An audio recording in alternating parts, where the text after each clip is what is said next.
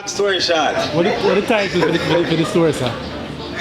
How I stepped off the grid and when I stepped off the grid. All right. Long story short. So I came back to Jamaica after spending a whole heap of time overseas.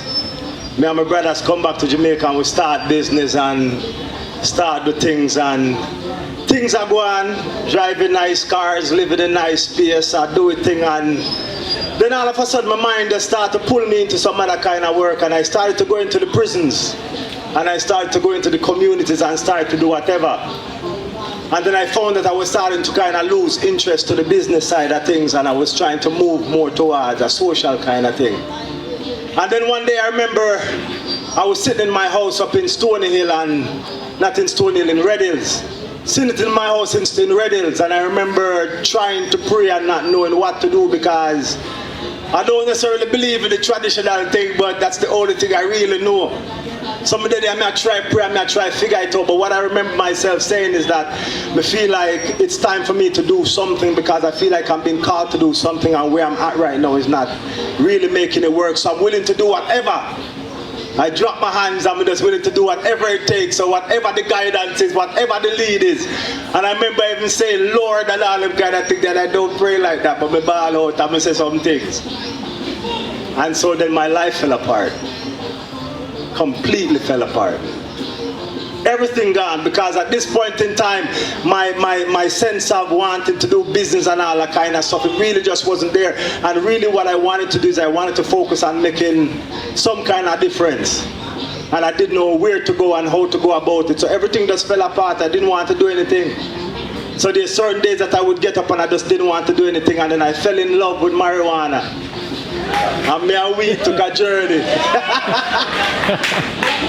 Yeah, there was a time that it was just like he was the only friend I had, and we talked a lot. Yeah, well, the reason I holy, but a whole heap of herb at some point, and I saw a whole heap of things. Sometimes I go down to the river, after I done burn my herbs, I'm sit down on a rock, and I see a whole heap of things, a whole heap of people, I'm try to tell me I never see certain things, but me know what I see. But anyhow, back to the story. So as life should have it, everything fell apart. I started a new business, but I wasn't business minded, so all of that just kind of went. And so what happened is just like, I lived in a house in Red Hills, and when everything started to come and crumble down, there's all of my furniture, I leave, I couldn't pay the rent and things, so I leave back the fridge, I leave them with all of my things, and I would just kind of work it out. And then I headed up to the mountains. And where I headed up to the mountains, it's just like you have to walk 15 minutes to get up this hill.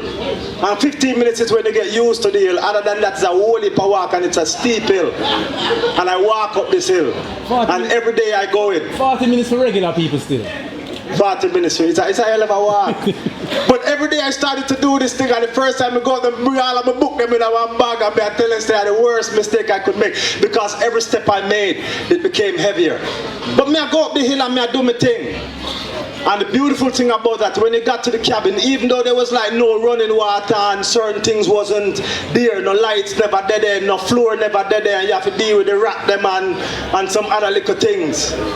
It took me away from all the craziness, and so I started to really just kind of go through my mind and figure out what it is that I'm going to do. And I went through a period where I feel like it was insanity, because I feel like nothing made sense. And then it all started to come together little by little. And I started to just take a look at everybody who came before me. I look at my brother, I look at my mother, I look at my auntie, I look at my uncle, and I looked at everything that they all did. And one by one, we worked and we strived and we died, and nothing was made of it.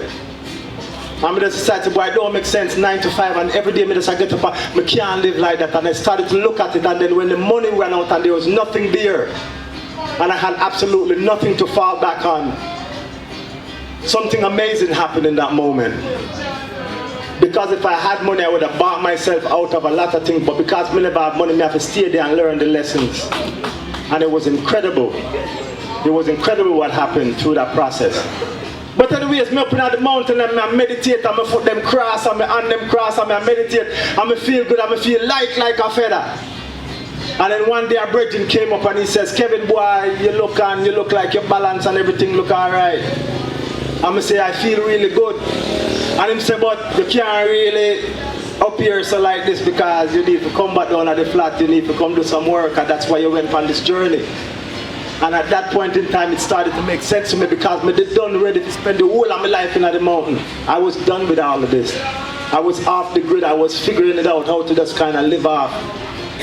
And I decided, boy, I'm going to come back down because the peace that I felt in the mountains, it's not the same when you come back down on the flat and you still have people who vex with you and you vex with and things have passed and all of this kind of stuff. But I felt that was the real work is when I came back down here.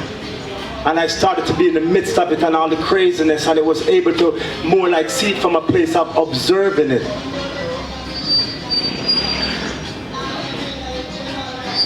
Long story short, in the midst of all the noise, I found a peace that I cannot explain.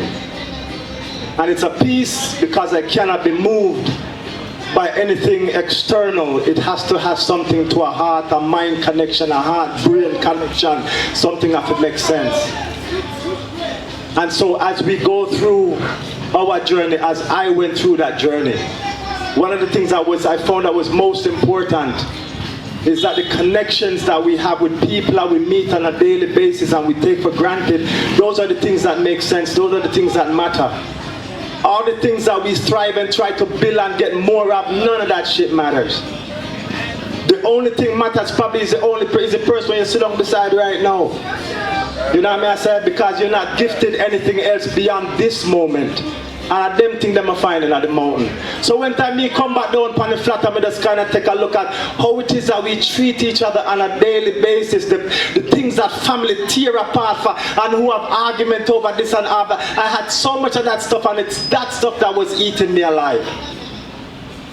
And if I did not get the chance to go away and to sit in the mountain in a rat-infested space where I had nothing else, and so it likened me to what it is that I'll leave with you. It likened me to the whole idea of in Nazi Germany when them send the people them go through and then take your clothes and they take your luggage and they have a wedding ring and it matters a lot to you, it don't matter to them, them take it anyways. And when you're standing there naked with nothing else, they shave your head and they shave your pubic hair.